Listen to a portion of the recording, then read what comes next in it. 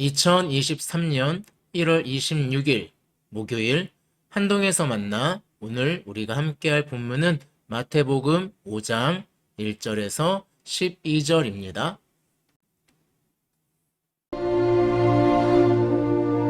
예수께서 무리를 보시고 산에 올라가 앉으시니 제자들이 나아온지라. 입을 열어 가르쳐 이르시되, 심령이 가난한 자는 복이 있나니 천국이 그들의 것이며, 애통하는 자는 복이 있나니 그들이 위로를 받을 것이며, 온유한 자는 복이 있나니 그들이 땅을 기업으로 받을 것이며, 의에 줄이고 목마른 자는 복이 있나니 그들이 배부를 것이며, 긍휼히 여기는 자는 복이 있나니 그들이 긍휼히 여김을 받을 것이며, 마음이 청결한 자는 복이 있나니 그들이 하나님을 볼 것이며, 화평하게 하는 자는 복이 있나니 그들이 하나님의 아들이라 일컬음을 받을 것이며, 의를 위하여 박해를 받은 자는 복이 있나니 천국이 그들의 것임이라. 나로 말미암아 너희를 욕하고 박해하고 거짓으로 너희를 거슬러 모든 악한 말을 할 때에는 너희에게 복이 있나니 기뻐하고 즐거워하라. 하늘에서 너희의 상이 큼이라. 너희 전에 있던 선지자들도 이같이 박해하였느니라.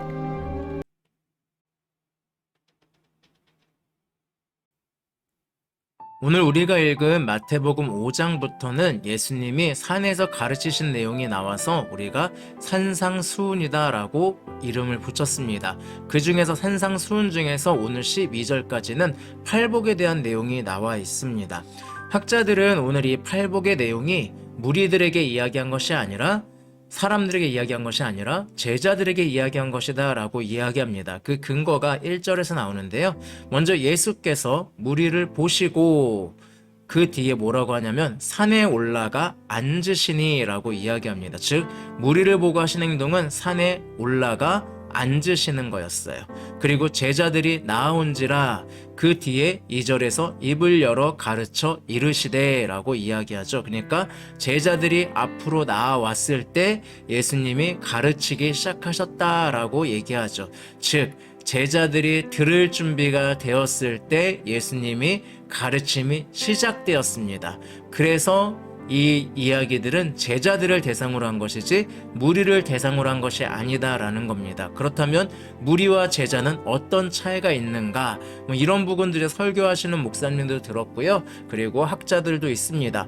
그분들의 이야기가 맞겠죠? 맞는데 오늘 큐티잖아요. 큐티이기 때문에 저는 좀 그냥 모두에게 얘기했다라고 생각하고 그냥 좀 전해보려고 합니다.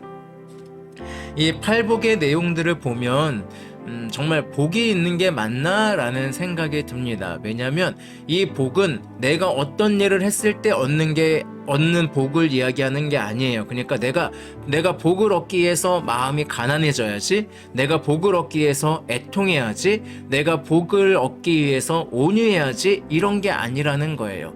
왜냐하면 이 원어대로 표현을 해서 우리 글로 옮겨보자면 3절 같은 경우는 심령이 가난한 자는 복이 있나니 라고 이야기하는데, 사실은 복이 있어 너희 심령이 가난한 자들아 라고 이야기하는 거예요. 그러니까 지금 여기 앞에 나와 있는 심령이 가난한 자, 애통하는 자, 온유한 자, 의에 지리고 목마른 자, 이 내용들은 다 복된 상태를 이야기하는 거예요.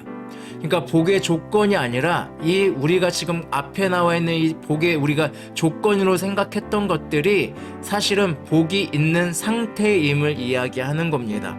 그럼 생각보다 복이 있는 상태의 사람들이 좋아 보이지는 않아요. 온유해야 되고요. 그러니까 잘 참아내야 되죠. 그리고 마음이 청결해야, 마음이 순결한 상태가 되어야 합니다. 근데 우리가 이 사는 세상에 마음이 순결하기가 쉽나요? 너무나도 어렵잖아요. 예수님은 어쩌면 너무나도 어려운 것들을 우리에게 요구하고 있는지도 모르겠어요. 그래서 산상수훈은 인간이 지킬 수 없는 것을 예수님이 이야기하셨다라고 이야기하는 분들도 있어요. 다만 이것이 바로 완성된 천국의 모습이다라고 이야기하는 겁니다. 근데 저는 이 팔복을 어떤 입장에서 생각했냐면 우리가 예수님의 길을 걸어가는 상태를 이야기하는 것 같습니다. 우리가 예수님을 닮아가는 것, 예수님의 삶을 같이 나아가는 것이 어떤 것이냐면 바로 이런 상태라는 거죠. 마음이 가난한 것, 애통한 것, 그리고 온유할 것, 이런 것들. 그리고 이 상태가 바로 복이 있는 상태다라고 예수님은 말씀하십니다. 그리고 또 하나 생각해 볼 수 있는 건 사실 여기에 있는 이 복된 상태의 사람들이 이 산상수훈 가운데 있다라고 보시면 될 것 같아요. 왜냐하면 이 당시 이 시기에 예수님을 따르던 사람들은 대부분 아픈 사람들, 마음에 상처가 있는 사람들, 어쩌면 너무나도 평범해서 세상에서 아무도 알아주지 않는 그런 상태의 사람들이었어요. 제자들도 그랬잖아요. 제자들 중에 나름대로 힘이 있고 괜찮은 사람들은 별로 없잖아요. 다 어부이고 가난하고 또 세리도 있었고 이런 사람들이었단 말이에요. 근데 그런 사람들에게 예수님이 뭐라고 얘기하냐면 너희들은 복된 상태에 있어 라고 말씀하신다는 거예요. 우리가 나는 지금 내 삶이 너무나도 어려운데 내 마음이 너무나도 찢어지게 가난한데 내가 너무너무 슬퍼서 애통할 수밖에 없는 그 심령을 가지고 있는데 예수님은 너의 그 상태가 복된 상태야. 왜냐면 내가 너와 같거든. 그리고 그런 너희들과 내가 함께 할 거거든. 하나님이 함께 하실 거거든. 하나님이 함께 하시는 길이기 때문에 그 길이 복된 길이야 라고 이야기하고 있는 것 같습니다. 제가 좀 아는 권사님이 한 분 계시는데요. 가난하세요. 가난하신데 어쨌든 자신한테 있으면은 주지 못해서 안달이세요. 돈 욕심이 있으세요. 근데 그 돈 욕심이 왜 있냐면 이 사람 이거 필요한데 줘야 되는데 저 사람도 필요한데 줘야 되는데 근데 왜 나한테 가진 게 없지? 라는 걸 이렇게 얘기하시는 거예요. 그러니까 항상 저한테 목사님 저 돈 좀 많이 벌게 기도해 주세요. 주변에 돈 필요한 사람이 너무 많아요. 도와주고 싶은데 난 너무 돈이 없네요. 내가 줄 수 있는 게 너무 없어요. 그러면서 자신의 가진 거를 계속 나눠주세요. 저도 사실 그 덕을 좀 봤고요. 그런 상태를 보면서 제가 얘기할 수 있는 건 뭐일까요? 아유 우리 권사님 너무 힘드시겠네가 아니라 정말 하나님께서 보시기에는 이 사람이 너무 복된 사람이구나. 하나님이 이 사람을 그냥 두지 않겠구나. 하나님이 이 사람을 분명히 위로하겠구나. 하나님이 분명히 이 사람을 천국으로 꼭 같이 가겠구나. 아니 이 땅에 임하는 하나님 나라를 맛보게 하겠구나 라는 생각에 너무나도 절실히 들어요. 그러면은 그게 어떤 상태예요? 복된 상태잖아요. 아무리 부자면 뭐예요? 아무리 걱정이 없으면 뭐예요? 하나님과 멀어져 있는데 하나님이 그 사람을 위해서 고개를 돌렸는데 그 사람이 가져갈 수 있는 건 아무것도 없어요. 그 사람이 이 땅에서 얻을 수 있는 하나님 나라는 존재하지 않아요. 그게 무슨 복이에요. 돈만 많을 뿐이지. 진정한 복은요, 힘들지만 하나님의 길을 걸어가는 것이 복이다라고 이야기합니다. 오늘 팔복은 바로 그 얘기를 하는 거예요. 우리가 이 조건을 가질 때 하나님이 복을 주신다가 아니라 이 조건, 예수님이 걸어가는 이 길을 걸어가는, 힘들지만 그 길을 걸어가는 우리의 상태가 복된 상태다라고 이야기하는 겁니다. 제가 아까 그 권사님 이야기를 하면서 너무 하나님이 사랑이면 좋겠어 라고 제가 절로 기도가 나오거든요.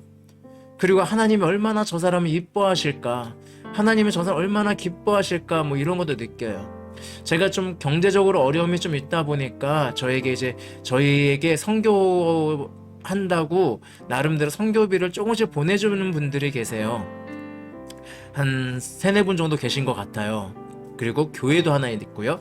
근데 액수가 중요하지 않아요. 왜요? 저는 그분들이 얼마나 어려운 상태인지를 알아요. 그분이 얼마나 가난한지 알아요. 이걸 받는 것조차 저도 너무나도 죄스러워요. 그래서 제가 해줄 수 있는 건 뭐예요? 기도밖에 없어요. 하나님 이들을 버리지 마세요. 하나님 이들을 위로해 주세요. 하나님 이들을 세워주세요. 그리고 하나님이 이들을 외면하지 않을 거라는 걸 알아요. 이게 우리의 복이라는 거예요. 그래서 우리는 복된 상태에 있다라고 오늘 성경은 이야기하고 있는 겁니다.